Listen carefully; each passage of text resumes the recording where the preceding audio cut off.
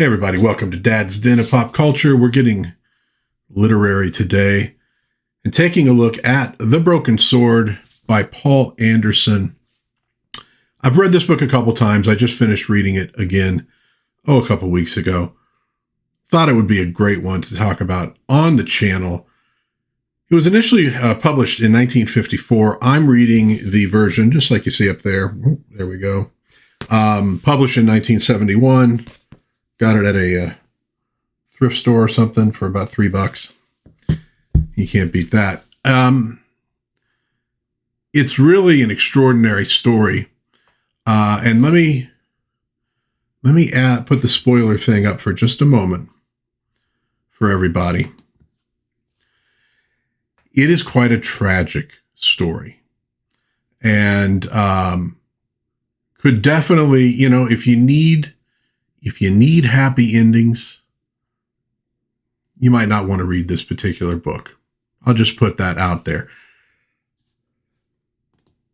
And with that said, I'll try to keep this, for the most part, spoiler-free. So the first two chapters of this book introduce a human called Orm, who is from Jutland.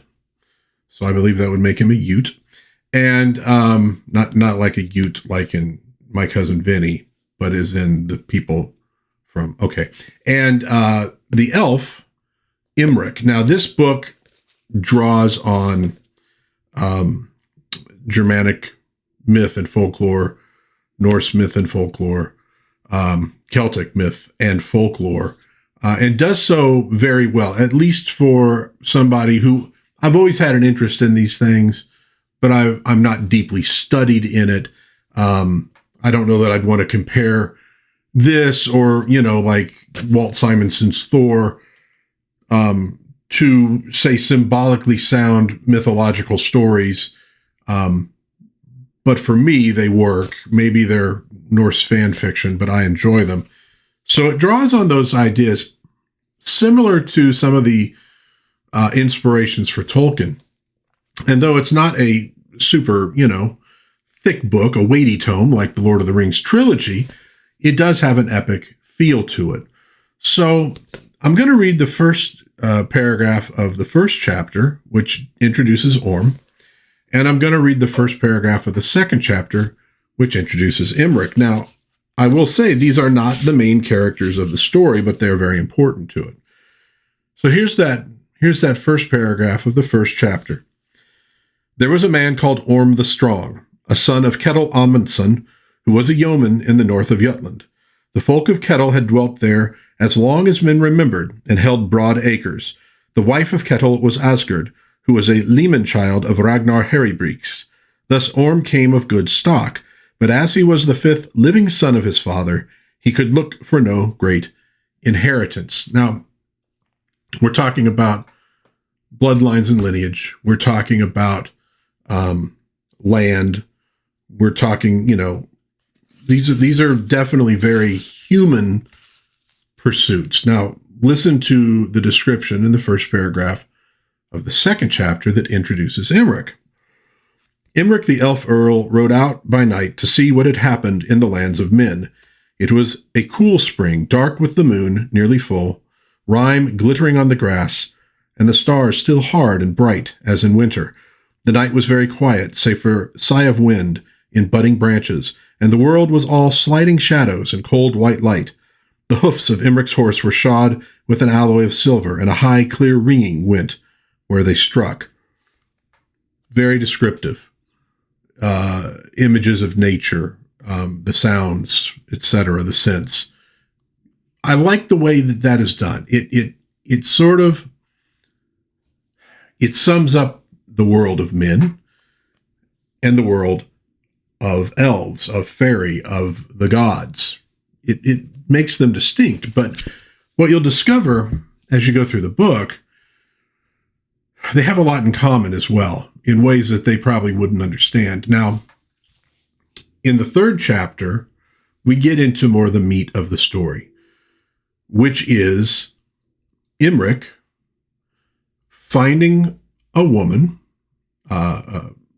who has just given birth to a baby who has not yet been christened, And the move of Christianity into these lands is a big part of the story. Decides he has an opportunity, if he moves fast, to steal the baby and leave a changeling in its place. And so in this, we start to see the amorality of elves. And this will also lead us into seeing that maybe all of these characters are a pawn in a larger game. If you are interested in Norse mythology, you know the idea of Odin trying to hold off Ragnarok, the last battle, as long as he can. And it sort of works along the same lines of the phrase, God works in mysterious ways. So why would such a thing happen? Well, it might be Odin.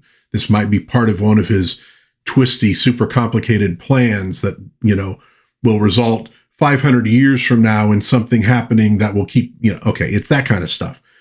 And so we do get some visits from a few of the gods in this story, Odin in particular, and there is an element of that in the book.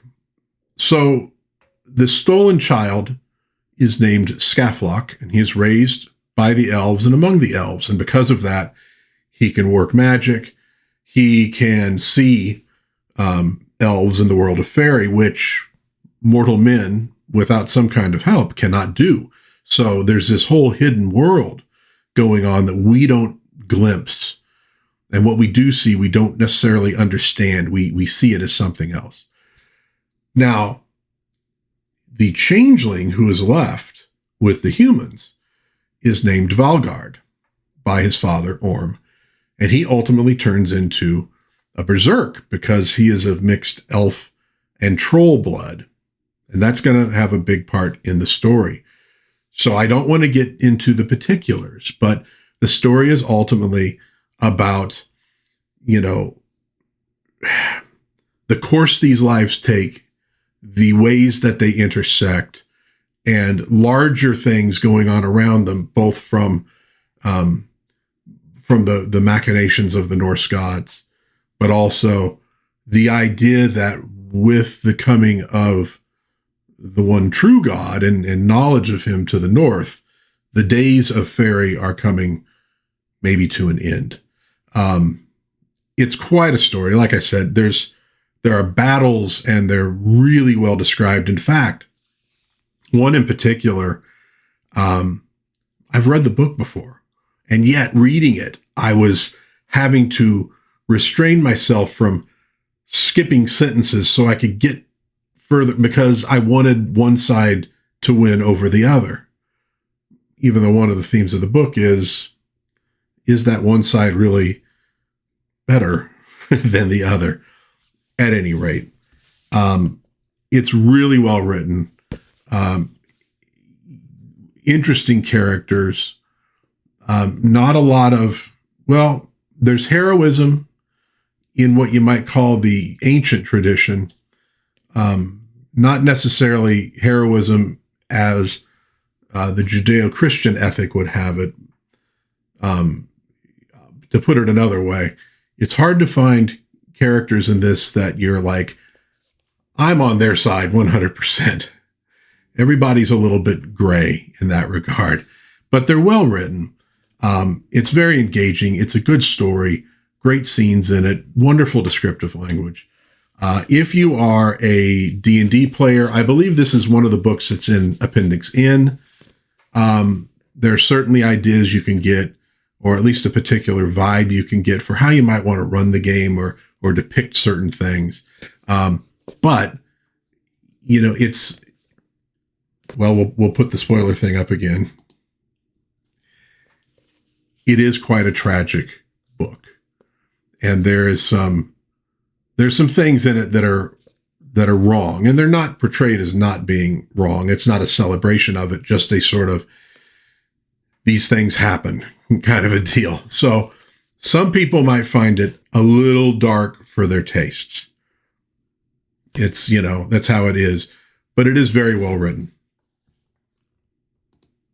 Okay. So just because that little bit under the spoilers, with that in mind, you might kind of know where the where things are heading. So that's why I put the little spoilers thing up there, so you could skip that if you want. But it is a book worth reading. I enjoyed it a great deal. It got me. It got me emotionally. It drew me into it. You know, feeling bad for characters and then being angry at those characters and all that kind of good stuff. And I definitely feel like I maybe learned a little bit. Maybe I'm a little wiser for having read it. Good book. Poul Anderson, The Broken Sword, again, originally published in 1954. This is a revised version from 1971. It can be found out there. Go find it. Go read it, especially if you're into fantasy, especially if you're into Norse, Germanic, myths, English folklore, things of that nature. Like I said, the Celtic, the Irish gods particularly show up in it as well. Well worth your time, in my opinion. Good book. I enjoyed it quite a bit. So, let me know what you think in the comments, if this is a book you've read, if you enjoyed it, and if you didn't enjoy it, and why. Maybe try to avoid spoilers in the comments if you can, just for those folks who haven't ever read it before and want to discover it on their own. But I mean, I'm not gonna delete your comments if you put some spoilers in there. But if you could avoid that, that'd be cool.